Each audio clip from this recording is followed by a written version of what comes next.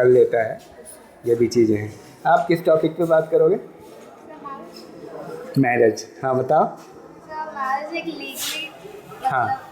एक सोसाइटी में एक वर्ड बना रखा है ताकि अगर किसी इंसान को मतलब अपनी फैमिली स्टार्ट करनी है या साथ रहना है, कंपेनियनशिप चाहिए एक दूसरे की, तो उन्हें शादी करना ज़रूरी है। जी। और सभी रिलीजन में अलग अलग वैल्यूज और ट्रेडिशंस होते हैं। हिंदूज में अलग होता है, मुस्लिम्स में अलग होता है, क्रिश्चियंस और पंजाबी सब में मतलब अलग ट्रेडिशंस होते हैं, अपनी कुछ रिचुअल वैल्यूज होती है, कुछ सेरेमनीज होती हैं, कुछ तो मैरिज एक प्रकार का इंस्टीट्यूशनलाइज्ड है जो सर्टिफिकेट प्रोवाइड करता है कि अब तुम हस्बैंड वाइफ हो, है ना। लेकिन बहुत सारे समाज में ऐसा भी होता है कि बिना मतलब क्या कहते हैं मैरिज के भी साथ रहते हैं। हमारी सोसाइटी में उसको लिविंग फ्रेंड कहते हैं या लिविंग रिलेशनशिप कहते हैं, लिविंग फ्रेंड भी कहते हैं उन्हीं को, ठीक है।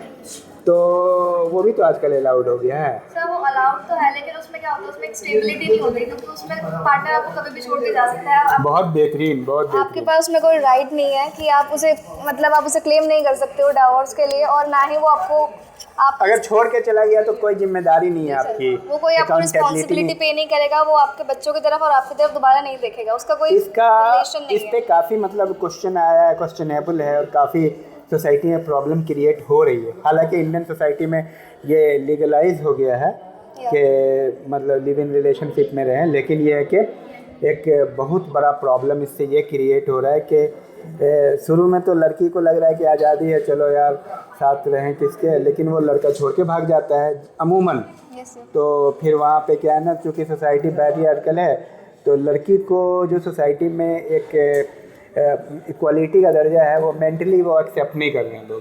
अगर मेंटली क्या मतलब, वो ना तो पेरेंट्स को मतलब बिना शादी के वो रहते हैं, मतलब उनके बेबीज़ वगैरह भी होते हैं, तो वो सोसाइटी क्या है ना तो उस लड़कियों को कबूल करती है और ना ही उसके बच्चों को कबूल करती है, और उन्हें हर जगह बहुत प्रॉब्लम्स फेस करनी पड़ती है, चाहे वो स्कूल्स हो, कॉलेजेस हो, यूनिवर्सिटीज़ हो, कोई भी वो जॉब करने जाता है उसमें मैरिटल स्टेटस चाहिए ही होता है, और कई बार वो पेरेंट्स के उसमें वो डॉक्यूमेंट्स वगैरह लगते हैं, तो बच्चों को बहुत कुछ फेस करना पड़ता है जो लिव इन रिलेशनशिप का होता है। तो आपको क्या लगता है ये मतलब ये जो लॉ है शादी में, एक इम्पॉर्टेंट चीज़ क्या होती है कि लॉयल्टी होती है।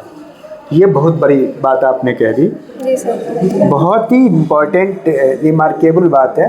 हाँ, जो और कभी चाहे छोड़ दिया, लेकिन लड़की तो बेचारी चूँकि पैट्रियार्कल सोसाइटी है तो वो पिसती रहती है, क्योंकि अगर सोसाइटी को ये पता चल गया कि भाई किसी भी तरह से मान लो कि बच्चा भी हो गया उस लिव इन रिलेशनशिप में, तो क्या होता है, लड़की ज़्यादा मजबूर हो जाती है। तो ये सोसाइटी के लिए बहुत बड़ा फटल है। लड़की को कोई दूसरा लड़का अपनाना बहुत मुश्किल से चाहेगा। Yes sir. हाँ, तो ये बेहतरीन मैसेज है।